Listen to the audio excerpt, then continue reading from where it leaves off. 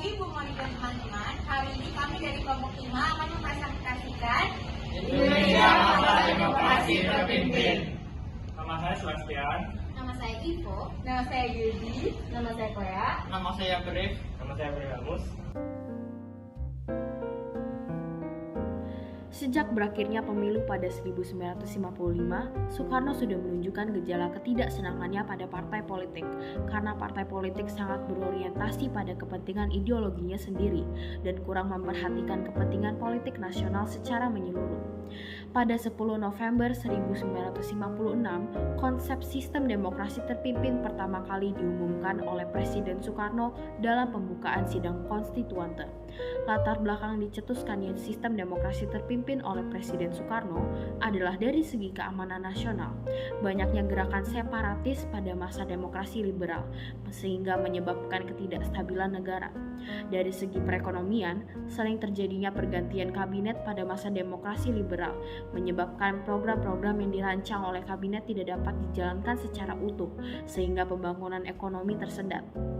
Dari segi politik, konstituante gagal dalam menyusun UUD baru untuk menggantikan UUD 1950. Pada 30 Mei, 1 Juni, dan 2 Juni 1959 dilakukan pemungutan suara dalam rangka mengatasi konflik yang timbul akan usulan Presiden Soekarno. Masa demokrasi terpimpin yang dicetuskan oleh Presiden Soekarno diawali oleh anjuran Soekarno agar undang-undang yang digunakan untuk menggantikan UUD 1950 adalah UUD 1945. Namun usulan itu menimbulkan pro dan kontra di kalangan anggota konstituante. Sebagai tindak lanjutnya, diadakan pemungutan suara. Pemungutan suara ini dilakukan pada 30 Mei, 1 Juni, dan 2 Juni 1959.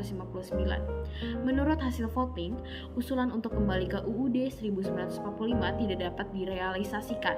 Hal ini disebabkan oleh jumlah anggota konstituante yang menyetujui usulan tersebut tidak mencapai 2/3 bagian, seperti yang telah ditetapkan pada pasal 137 UUD 1950.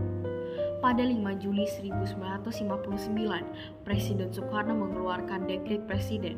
Presiden Soekarno mengeluarkan sebuah dekret yang disebut Dekret Presiden 5 Juli 1959. Isi dekret tersebut adalah tidak berlaku kembali UUD 1950, berlakunya kembali UUD 1945, dibubarkannya konstituante, dan pembentukan MPRS dan DPAS. Setelah diberlakukannya dekret presiden, keterlibatan militer dalam politik dan lembaga politik semakin meluas. Pada 10 Juli 1959, Soekarno pun mengumumkan kabinet kerja, sepertiganya menteri berasal dari militer. Demokrasi terpimpin. 1. Adanya lembaga perwakilan rakyat. Ciri pertama demokrasi terpimpin adalah adanya lembaga perwakilan rakyat. Setelah kembali kepada UUD 1945, Presiden Soekarno mencoba mengikuti aturan yang ada di dalamnya. 2. Anti kebebasan pers. Pada masa pemerintahan demokrasi terpimpin, tidak semua orang bebas menyuarakan pendapatnya. Ketika masa demokrasi terpimpin, kebebasan pers sangat dibatasi. Koran dan majalah akan diberantas oleh pemerintah, seperti Harian Abadi dari Partai Masyumi dan Harian Pedoman dari Partai PSI. 3. Kekuasaan presiden tidak terbatas, semua urusan negara tergantung pada presiden. Presiden menunjuk anggota lembaga negara dan ketuanya. Sementara, anggota lembaga negara tersebut ada pula yang menjabat sebagai menteri. Akibatnya, semua berada di bawah kekuasaan presiden. Bahkan, Presiden Soekarno diangkat sebagai presiden seumur hidup, sebuah pengangkatan yang melanggar ketentuan dalam UUD 1945. 4. Militer yang semakin berkuasa. Pada masa demokrasi terpimpin, kekuatan militer sangat kuat dan berkuasa. Bahkan, beberapa anggota militer aktif masuk menjadi anggota wakil rakyat. Padahal, anggota militer aktif tidak bisa terlibat dalam politik negara. 5. Pudarnya sistem partai. Partai-partai demokrasi dibentuk untuk mengisi jabatan dalam pemerintahan. Namun, pada masa demokrasi terpimpin, partai politik digunakan untuk menjadi elemen penopang lembaga kepresidenan. 6. Melemahnya hak asasi manusia. Pada masa demokrasi terpimpin, siapa saja yang menentang kebijakan pemerintah dapat disingkirkan. Bahkan, presiden pun dapat menyingkirkan bahwa partai politik yang berani melawannya. Hal ini yang membuat partai politik dan rakyat tidak memiliki kebebasan untuk berpendapat. Penyebab berakhirnya masa demokrasi terpimpin. Yang pertama, adanya G30S PKI.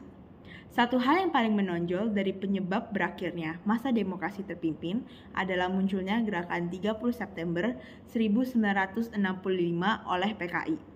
Presiden Soekarno memang dikenal memiliki kedekatan dengan PKI atau Partai Komunis Indonesia. Hal ini kemudian memicu terjadinya pemberontakan yang dilakukan oleh PKI pada tanggal 30 September 1965. Konflik ini terjadi di antara PKI dengan TNI AD yang merupakan upaya PKI untuk merebut kekuasaan yang sah. Adanya pemberontakan ini semakin menurunkan kepercayaan rakyat terhadap demokrasi terpimpin. Akhirnya, terbitlah Surat Perintah 11 Maret atau Super Semar yang menjadi landasan penumpasan PKI di Indonesia, sekaligus menjadi tanda berakhirnya era demokrasi terpimpin. Kedua, adanya penyimpangan terhadap Pancasila dan Undang-Undang Dasar 1945. Pancasila dan Undang-Undang Dasar 1945 adalah elemen yang sangat krusial bagi berdirinya Negara Kesatuan Republik Indonesia. Sebelumnya, UUD 1945 sempat digantikan dengan UUDS saat masa demokrasi parlementer. Awal mula tujuan demokrasi terpimpin adalah untuk menegakkan kembali UUD 1945. Sayangnya, penyimpangan demi penyimpangan terjadi seiring dengan berjalannya waktu. Beberapa di antaranya adalah menjadikan Ketua MPR sebagai Wakil Presiden, membuat Garis Besar Haluan Negara atau GBHN, menetapkan Presiden Soekarno sebagai Presiden seumur hidup, pembubaran DPR karena DPR menolak RAPBN, dan terakhir menjadikan pers sebagai alat politik negara. Kata akibat adanya demokrasi terpimpin di Indonesia, yang pertama adalah dapat mencegah terjadinya krisis ekonomi berkepanjangan. Pada demokrasi ini, suara berpusat pada presiden. Dengan demikian, presiden dapat memanfaatkan momen ini untuk melakukan perbaikan infrastruktur guna mengembangkan ekonomi Indonesia dengan mudahnya jalur transportasi. Yang kedua adalah lahirnya pedoman untuk hidup yang jelas pada UUD 1945. Untuk memudahkan dibentuknya suatu aturan hukum, diperlukan suatu pedoman untuk menyesuaikan antara kebijakan tersebut dengan masyarakat Indonesia sendiri. Penciptaan aturan tersebut merupakan hal yang sangat penting, karena dari sanalah segala aturan hukum dibuat dengan harapan masyarakat Indonesia bisa lebih disiplin untuk menaati aturan-aturan lain yang ada. Yang ketiga, mengawali pembentukan lembaga negara seperti DPRS dan MPRS. Demokrasi terpimpin juga merupakan awal dari dibentuknya lembaga-lembaga negara yang bertugas membantu presiden dalam menjalankan tugas-tugasnya. Contohnya seperti MPR dan juga DPR. Kedua lembaga tadi juga bukan lembaga yang original, melainkan perkembangan atau revisi dari lembaga yang dahulu dibuat pada masa demokrasi terpimpin, yaitu MPRS dan juga DPRS. Yang keempat, adanya penguatan negara yang dilakukan oleh presiden. Selain itu, setelah mendapatkan bantuan dari lembaga-lembaga yang terkait, presiden dapat melakukan pembaharuan kembali mengenai sistem ekonomi, politik, dan sosial yang ada di negara di Indonesia. Meskipun efek yang terlihat hampir sama dengan yang ada pada perkembangan politik masa demokrasi liberal, namun dengan dibekali cikal bakal dari prinsip-prinsip demokrasi Pancasila, maka presiden bisa mengembangkan negara Indonesia menjadi lebih baik lagi. Yang kelima, kekuasaan presiden yang bisa terlalu besar. Kekuasaan presiden seolah-olah tidak memiliki batasan dan seringkali diklaim sebagai orang yang tidak bisa dijatuhkan. Presiden juga berhak untuk membuat kebijakan-kebijakan baru yang menyangkut tentang aspek apapun, termasuk ekonomi di dalamnya.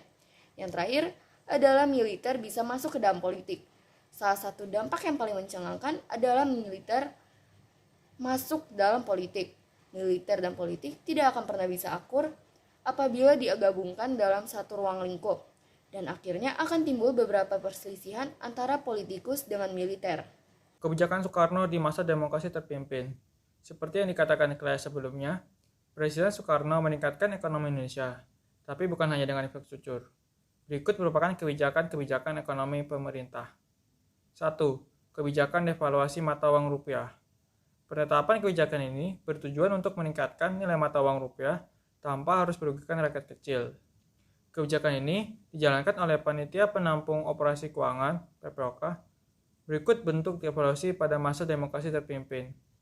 Mata uang pecahan yang bernilai Rp500 berubah menjadi sebesar Rp50. Mata uang pecahan yang bernilai Rp1.000 berubah menjadi sebesar Rp100. Mata uang pecahan yang bernilai 100 ke bawah tidak dilakukan devaluasi. Kebijakan menekan laju inflasi. Kekacauan politik yang terjadi sebelum 1959 yang dibarengi dengan adanya inflasi menyebabkan daya beli masyarakat pada masa demokrasi terpimpin menjadi merosot tajam. Dalam rangka memberhentikan inflasi yang terjadi, pemerintah mengeluarkan sebuah perpu yang bertujuan untuk mengurangi banyaknya uang yang beredar serta melakukan perbaikan terhadap perekonomian Indonesia. Bukan hanya itu, pemerintah juga melakukan pembekuan terhadap semua simpanan yang berada di bank-bank Indonesia dengan tujuan untuk mengurangi banyaknya uang yang beredar. Pemerintah juga menginstruksikan instansi untuk penghematan dan perusahaan untuk penerimaan manajemen administrasi serta memperketat pengawasan anggaran belanja. Dengan kebijakan moneter tersebut, pemerintah Indonesia mampu mengendalikan laju inflasi dan perekonomian. Kebijakan deklarasi ekonomi. Deklarasi ekonomi atau dikenal sebagai DEKON merupakan strategi dasar ekonomi Indonesia untuk dapat memperbaiki sistem perekonomian pada era sebelumnya dan menyukseskan pembangunan yang dirancang Bappenas. Deklarasi ekonomi ini dibentuk pada 24 Maret 1963 dan dikeluarkan 14 peraturan pokok. Pemerintah menyatakan bahwa sistem ekonomi Indonesia adalah berdiri di atas kaki sendiri. Maka dengan itu, DEKON yakni menciptakan ekonomi yang bersifat nasional, demokratis, dan bebas dari sisa-sisa imperialisme. Sayangnya, DEKON tak mampu mengatasi kesulitan ekonomi, inflasi, dan malah mengakibatkan stagnasi bagi perekonomian Indonesia. Kegagalan DEKON disebabkan tidak terwujudnya pinjaman dari IMF sebesar 400 juta dolar USA, pemutusan hubungan diplomatik Malaysia membuat perekonomian terganggu, dan negara-negara barat memperparah kemerosotan ekonomi. Kehidupan masyarakat Indonesia di masa demokrasi terpimpin. Di bidang politik. Pada masa demokrasi terpimpin, kekuatan politik terpusat pada 3 kekuatan politik terbesar, yakni Presiden Soekarno, Partai Komunis Indonesia atau PKI, dan TNI Angkatan Darat.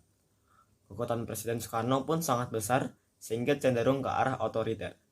Akibatnya, sering terjadi penyimpangan terhadap UUD 1945. Menurut Soekarno, penerapan sistem demokrasi barat menyebabkan tidak terbentuknya pemerintah yang kuat untuk membangun Indonesia. Pandangan Soekarno terhadap sistem liberal ini akhirnya berpengaruh terhadap kehidupan partai politik di Indonesia. Partai politik dianggap sebagai sebuah penyakit yang lebih parah daripada perasaan kesukuan dan kedaerahan. Penyakit inilah yang menyebabkan tidak adanya satu kesatuan dalam membangun Indonesia. Partai yang ada pada waktu itu berjumlah 40 dan dibubarkan. Sampai pada tahun 1961, hanya ada 10 partai politik yang diakui oleh Indonesia pemerintah, yakni PNI, NU, PKI, Partai Katolik, Partai Indonesia, Murba, PSII, IPKI, Partai Kristen Indonesia atau Parkindo, dan Persatuan Tarbiyah Islam atau PERTI. Bidang ekonomi. Pada masa demokrasi terpimpin, pemerintah berupaya mengatasi permasalahan ekonomi yang terjadi sejak masa demokrasi parlementer. Dasar bagi kebijakan ekonomi terpimpin adalah sistem ekonomi terpimpin dengan pimpinan Presiden Soekarno yang terjun langsung mengatur perekonomian. Langkah-langkah kebijakan ekonomi pada masa demokrasi terpimpin untuk memperbaiki kondisi ekonomi antara lain adalah pembentukan Dewan Perancangan Nasional atau Depernas, devaluasi mata uang rupiah, dan deklarasi ekonomi. Bidang sosial budaya. Kehidupan sosial di masa demokrasi terpimpin masih berkecamuk dengan persaingan antar kekuatan politik yang ada. Ajaran Nasakom atau nasionalis agama komunis yang dicetuskan Presiden Soekarno sangat menguntungkan PKI dan membuat kedudukannya di Indonesia semakin kuat. Melalui Nasakom PKI berupaya agar seluruh aspek kehidupan masyarakat termasuk bidang sosial, pendidikan, dan seni budaya berada di bawah dominasinya. Kampus dijadikan sebagai sarana politik, mahasiswa yang tidak ikut dalam rapat umum atau demonstrasi dianggap sebagai lawan. Dalam bidang seni, muncul berbagai lembaga seni yang dibangun oleh partai politik, seperti Lembaga Kesenian Rakyat atau Lekra milik PKI, Lembaga Kesenian Nasional milik Partai Nasional Indonesia, Lembaga Seni Budaya Muslimin Indonesia atau Lesbumi milik Nahdlatul Ulama, dan Himpunan Budayawan Islam milik Masyumi. Lembaga-lembaga tersebut saling bersaing dan memperebutkan dominasi sesuai dengan haluan politik partai yang menaunginya. Akhir dari Indonesia masa demokrasi terpimpin. Masa demokrasi terpimpin berlangsung sejak dikeluarkannya Dekret Presiden 5 Juli 1959 sampai berakhirnya pada tahun 1965 karena jatuhnya kekuasaan Soekarno.